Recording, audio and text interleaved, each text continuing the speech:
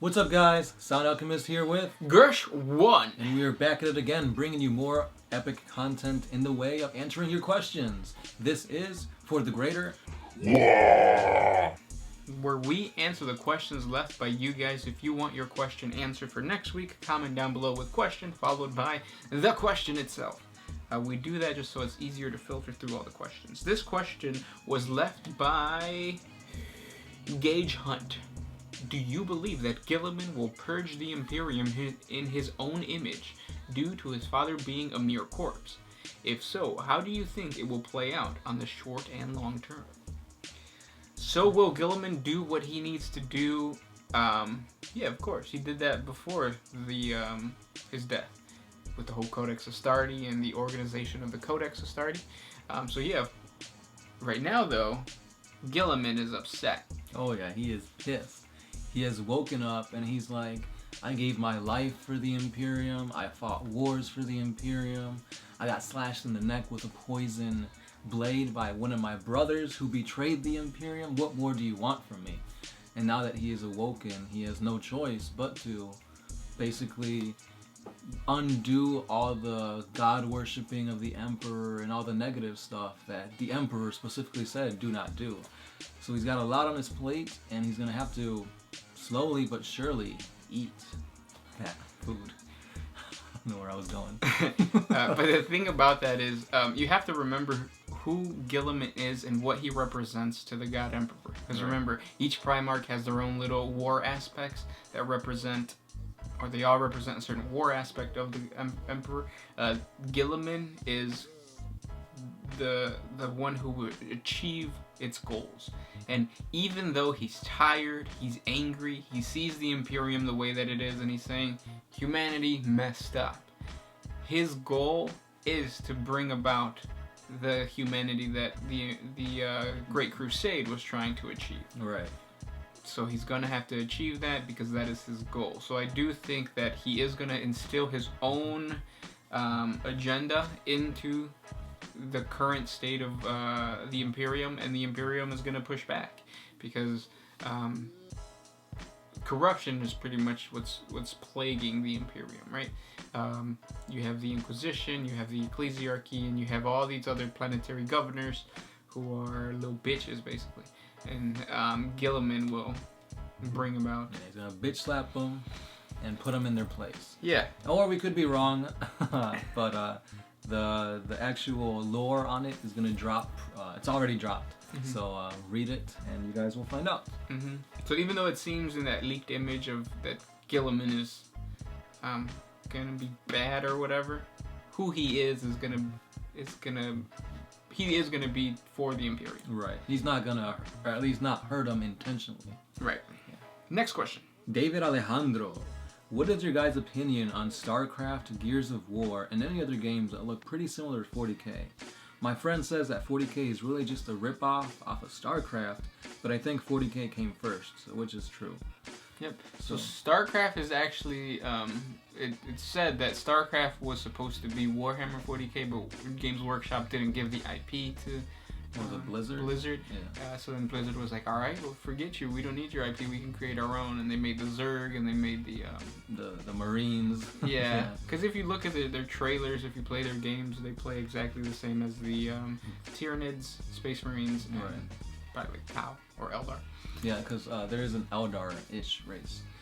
So it's not, I guess in a way, it is a ripoff, but that's all this legal business mumbo-jumbo that you know, that's how it happened.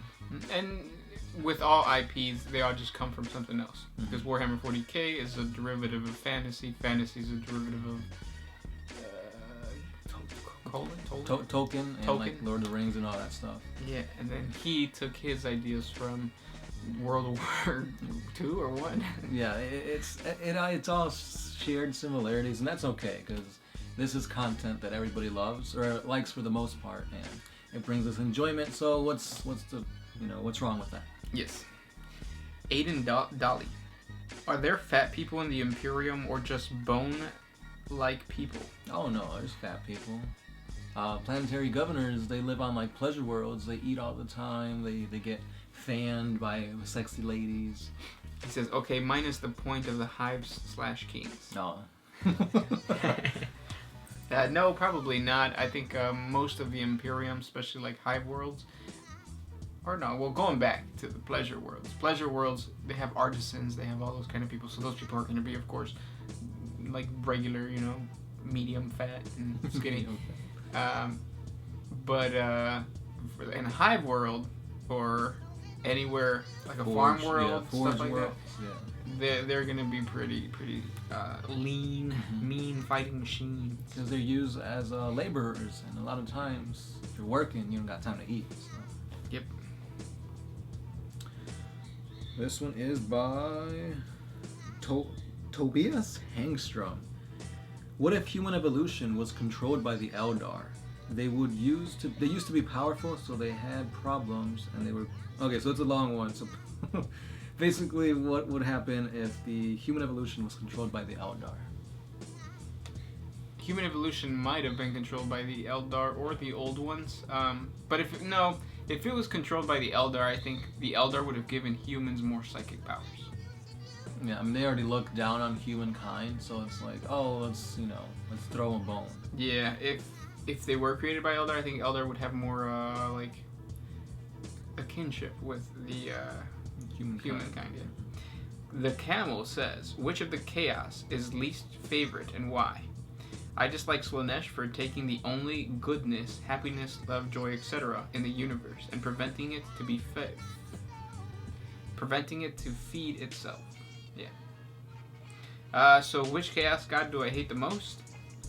Nurgle, because I don't like small holes. Yeah, what about you? Man, I like Nurgle because it's like, gameplay-wise, they're tougher. Their units are tougher, and they're kind of hard to beat. Lore-wise, man. Yeah, I'll just say Slaanesh, because you never really see Slaanesh.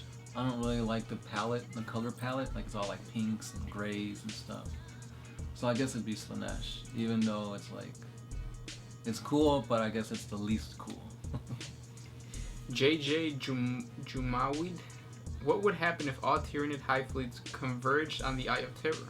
Would they be able to consume it? I don't think so. Because the warp is not made out of material stuff. Or biological material, right. Yeah. They eat biomass, and warp is not bio. Then second, Zerg or Tyranids? Tyranids. Because we are a Warhammer 40K channel. This one's by Sebastian Swarzel. What would happen if the Dark Eldar got a new strong leader and expanded into real space?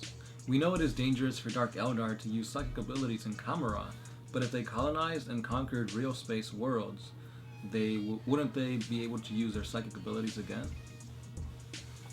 And he goes on to say, P.S. McDonald's is heresy, Burger King is superior. I like Burger King better than McDonald's. I like their fries. Yeah. I had Burger King last night. Hey. What was the question? So what would happen if the Dark Eldar got a new leader and had colonized planets in real space? Would they be as strong as the Eldar psychically? Because you can't use psychic powers in Kamara. So now that they're out in the real space, they wouldn't be able to use their psychic powers. Yeah. Yes. Yeah, I mean... Yeah. Well, first of all, if the Dark Eldar got a new leader, that would mean that Vect was taken out of power or something would happen. And I don't see that happening. Yeah, and if the Dark Eldar get more power, or they get just as powerful as the Dark Eldar, or the regular Eldar, like, they're still the same species. They're not a different species. So their max level would probably be the same as a Dark Craft World Eldar. Yeah, and it's like right now with the birth of a new avatar, Eniad or Enid, whatever his name is, it's like, I don't see the Dark Eldar getting a new leader anytime soon because they're already focusing on that aspect of the lore. Right. Dragon Punch 903. Question: if you could change a single thing in the lore of Warhammer 40K, what would it be and why? I'd change the fact that Malkador could not handle the Golden Throne, and that way he could see what the Emperor would do after the heresy. If I could change anything about the lore, what would you change? I would still keep the what do you call them? The Necrons as mindless. I feel like because that's how they were. That's how they first were. Mm-hmm. They were just mindless zombies, out to end all life in the universe. And then they're like, nah, let's give them personalities, let's give them agendas. Different tomb worlds do different things. And I guess they did that because that leads to more storylines instead of just saying here's a horde of mindless drones, because that's kind of already taken by the Tyranids. So if they would have kept that, then I feel like they would have been more robotic and they could have expanded with like AI and stuff like that. So hate me if you must, but I feel like the Necrons should have stayed mindless. Yeah, that's a good choice. I would do. It's tough. I would just make the orcs a lot tougher in the lore, because it feels like they were built specifically, or the Space Marines were built specifically to battle orcs, right? But the orcs get killed like so simply by everybody. You could have like a squad of 5 Marines take on a whole 30 boys. Yeah. And they just die so quickly. Even in the lore, like they're always like a horde of orcs attacked the Space Marines, and the Space Marines killed them all. Yeah. Yeah, I don't like that. Next question. Gulas Gillis. When Tyranids consume biomass, they seem to incorporate certain traits of the organisms they consume, like claws, wings, etc. So why don't they start to generate their own biomass via farming? That way they don't have to exhaust their one and only resource, since they obviously do incorporate the intelligence of the biomass consumed. Is it maybe something keeping them from this evolution in this direction, so that they would continue their rampage through the universe? I think disease is keeping them from that evolution. There's a certain disease that comes about if you eat human brains. There's a tribe in Africa that would practice headhunting, and after they would kill the person, they would eat their brain, and that gives you a disease that paralyzes your joints or something like that. But that all comes from the idea that if you consume your own species, usually that affects you in a negative way in biology, right? So I think that's what would happen to the Tyranids. They would see mutations that they probably could not control, or that they did not want if they consumed their own species. Right, and also I feel like they are engineered, or at least they're made to keep on consuming different things. Because if you eat the same thing, after a while, it's a stagnation. You can't progress. So since you want to go after something else with better traits, that's basically forcing you to keep on going, keep going throughout the whole galaxy, the whole universe, to find these better traits. So you can become the apex predator. Right. Yep. And there's no way of doing that if you stay in the same place. So farming would not work for the Tyranids. Yes. French Beebs. Since Nurgle is all about rot and decay, and all of his creators/followers are full of it, why are they not dying? Is Nurgle power constantly building them up while they are rotting? Yes. That's the whole thing. Like, Nurgle feeds off of hope. So yeah. Yeah, it's like, oh, I got a cold, but I know I'll be good in a little bit. It's like, oh, power of Nurgle. Yep. And you keep getting sicker and sicker, but you keep telling yourself, no, I'll fight through it. Yep. Mm-hmm. Makes you stronger, makes him stronger. Everybody's happy, except for the person who has AIDS. Sam McCormick. Are there any benevolent, ambivalent, or even independent demons, or do they only exist bound to the will of one of the Chaos Gods? So there are demons that don't align to one of the 4 gods. They're called demons of the Undivided, or Chaos Undivided, something like that. Yeah. And you have Be'lakor, for example, who tricked all 4 Chaos Gods into giving him power. So he's got power of all the Chaos Gods, but he's not devoted to them. So he's basically out in the universe doing what he wants to do. Smashing booty. Mm-hmm. Alexander Schneider. I've been working on my pickup lines. Tell me what you think. We would love to. Let's hear it. Excuse me, miss, but does this rage smell like chloroform? Or rag, sorry. Well, you put rage. I'm guessing you mean rag.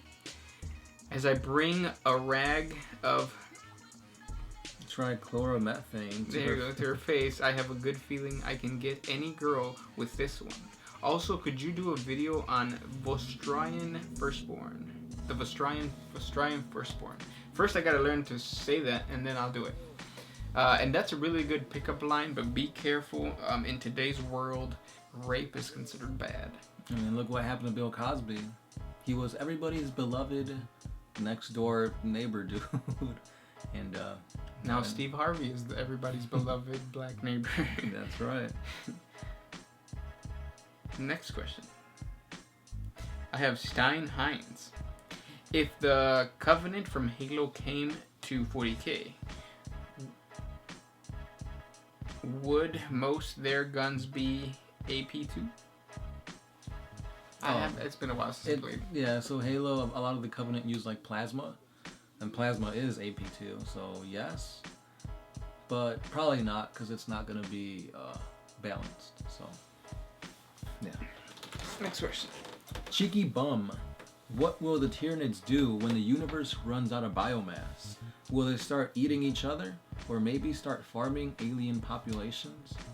I don't think this is going to happen, because if they run out of biomass, that means there's no humans, no Eldar, no Tau, and I see that not happening at all in 40K, because how could you advance a storyline if you got no characters to advance it with?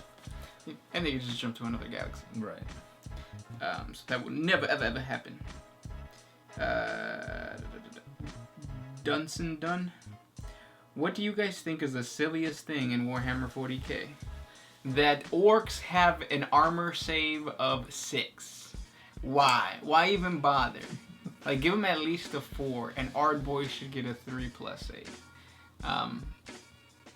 Because literally my boys mean nothing. Even at 6 points apiece, they mean nothing. It's like, here's a pie plate. Why even bother rolling? Exactly. It's annoying. Just say, I'm shooting at them with 30 shots. Let me just remove 30 points. Exactly. Yeah. What's the silliest thing in 40K? Orcs. Because there are orcs that dress up as pirates. First of all, how do they know what pirates are? Like, come on. Yep. Martin Knight. This is going to be a long one, so maybe I shouldn't read it. As we know, orc gear and machines get specially affected depending on color. For example, red machines go faster, etc. Okay then, let's, for a brief moment, imagine that orcs are fighting Blood Angels chapters. Then in this case, does the orc special mass effect that is created by the orc belief that these red machines... So basically you're asking, would the Blood Angels move faster? No. It only affects orcs. So you know how yellow makes things go bigger boom? Imperial fists don't explode just because they're yellow. Right, yeah. So it only affects orc technology. Their beliefs only affect orcs. Mm-hmm. And another thing too about that whole thing is it might be that the mechs that actually build it, they believe that that yellow thing will go boom more, or boom, that thing would explode larger, so they put more TNT in it. So it's like a biological thing inside of them, kind of like we know how to breathe. Orcs, if we don't have to think about breathing, orcs, when they build something that's yellow, they naturally put more TNT into it or what have you. But maybe that's getting a little too scientific for orcs. Maybe it's better to just say they believe it and it happens. It's a lot easier to say that. Do you have any more questions? I might have one more. Or we could end it there. Last one. The best weapon in 40K. Close combat or ranged? Close combat, power claw. No, he's asking what's better. Close combat or ranged? Oh, in Warhammer 40K right now? Range, of course. Yeah, range. Range would be devastating. Because there's no close combat weapon that beats a missile that literally blows up planets. Yep. Fucking Necron. It's like, why is there even close combat in 40K when you got that kind of weaponry? Because it's awesome, that's why. Thanks for sending those questions our way. Please comment down below with more questions so we can answer them for next week. And keep on liking, commenting, sharing, and also don't forget to hit us up on Patreon, Facebook, Twitter, Instagram, and here on YouTube. As always, I'm the Sound Alchemist. Gershwan. The Window is signing out.